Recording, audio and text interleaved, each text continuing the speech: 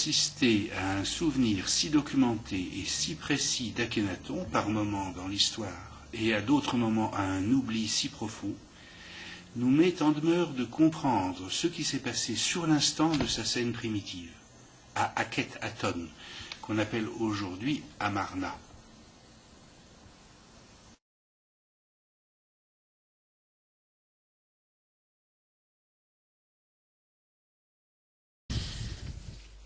Après cette histoire amérindienne, peut-être nous pouvons voir l'histoire de la pensée et langage. Monsieur Al et moi avions une conversation ce matin.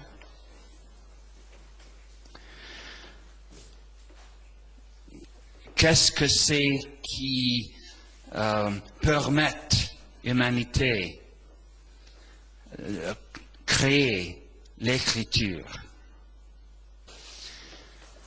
Langage, le langage, c'est la recherche de la signification, la recherche du sens. Et le dieu Thoth est le dieu du langage, et par conséquent, le dieu de la signification. Thoth a deux manifestations, l'ibis et le babouin.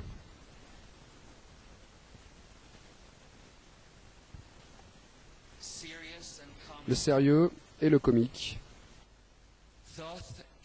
Thoth, en mythologie, est associé à de nombreuses aventures. Et l'une de ces aventures est celle de capturer la personnalité féminine sauvage.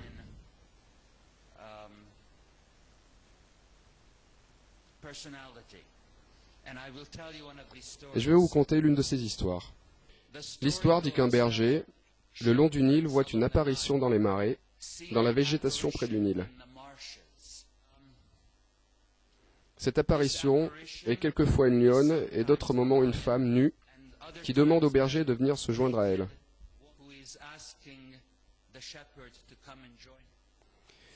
Quand le berger la voit comme une femme, il éprouve un violent désir de la rejoindre. Mais il apprend des autres bergers que presque tous ceux qui l'ont suivi et ont cherché à le rejoindre meurent dans les marais.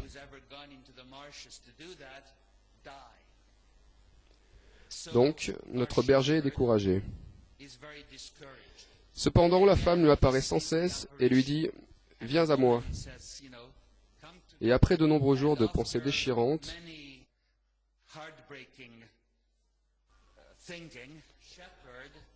le berger se faufile dans les marais à minuit avec de grandes précautions.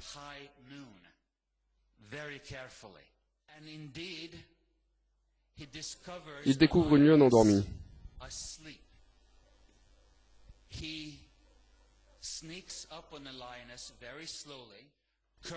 Il approche très lentement, se love près de la lionne et commence à boire son lait.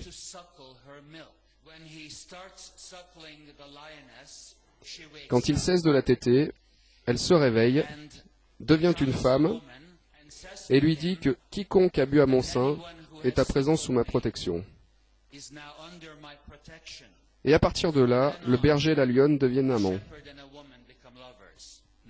Mais l'histoire est un peu différente lorsqu'elle est racontée du point de vue des dieux. Pour la plupart, ils sont terrorisés par la lionne féroce.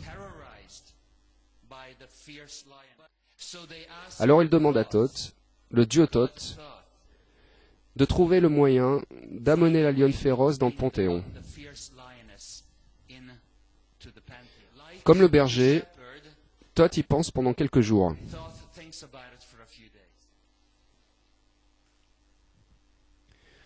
Pouvez-vous deviner comment il parvient à la faire venir? C'est une question que je vous pose.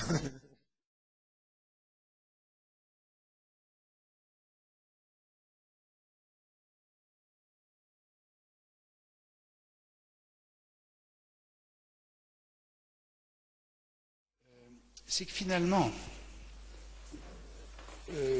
ce sera à vous de juger s'il y a lieu de faire emploi du fait que cette lionne, est-ce que la lionne, c'est Hathor, c'était ça, la lionne Hathor?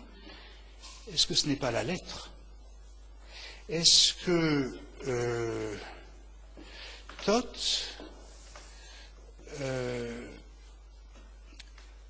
lorsque les dieux ont voulu accueillir dans leur panthéon cette lionne sauvage, est-ce que ce n'était pas la lettre, la chose écrite, qui est aussi, la lettre est aussi, quant à la vérité et la subjectivité ou l'ambiguïté des choses, est aussi déchirante qu'un coup de griffe d'une lionne. Elle meurtrit la subtilité de la pensée. Elle plombe la pensée. Alors, je ne sais pas si Hathor peut être identifié à la lettre. En tout cas, lorsque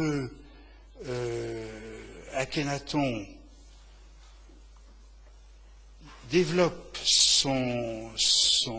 sa pensée et son action jusqu'à instituer l'écriture dans la civilisation, ou en tout cas divulguer l'écriture, la rendre accessible et voire l'imposer à tous, est-ce qu'il n'est pas comme Thoth qui introduit Hathor, qui introduit la lionne dans la civilisation?